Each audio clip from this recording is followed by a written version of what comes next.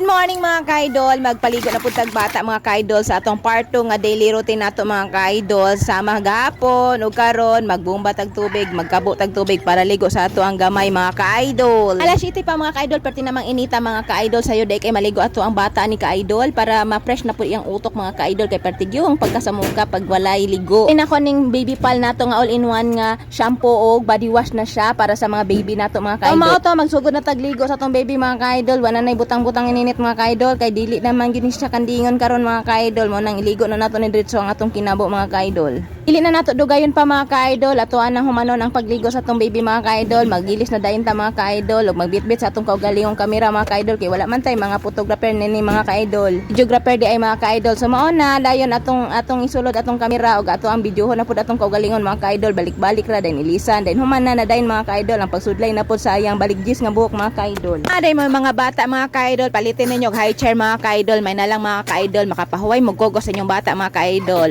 Pinag mga content creator ta mga ka-idol kinahanglan jud natog panahon aron makapag-edit pata sa atong mga video o makapag-post pata sa atong mga video mo nang pag natay mga bata mas lisod jud. Iya ra gitag diskarte ani mga ka-idol kung ako nay bata basin ka muna pud may laing trabaho mga inyo nga mga ka-idol, so manage ra gid ta sa atong mga oras ani aron makapag-post aron makahimo pata sa atong mga laing buluhaton mga ka-idol sa atong adlaw-adlaw nga ginabuhat sama sa akong ginahimo pod mga ka-idol. Human ani mga ka-idol sa atong mahipuson mga ka-idol daghan pag ikugunahon-naon ani mga ka-idol mo lang hantud hapon kasi girya pong kugunahuna hantud nga wa gid ko nahuman sa akong paggunahuna mga ka-idol. So mao ta mga ka-idol, mao ra gyud ni akong kaistorya karong adlaw. Ayaw ta mo kalimot og suporta sa akong video mga ka-idol. Salamat.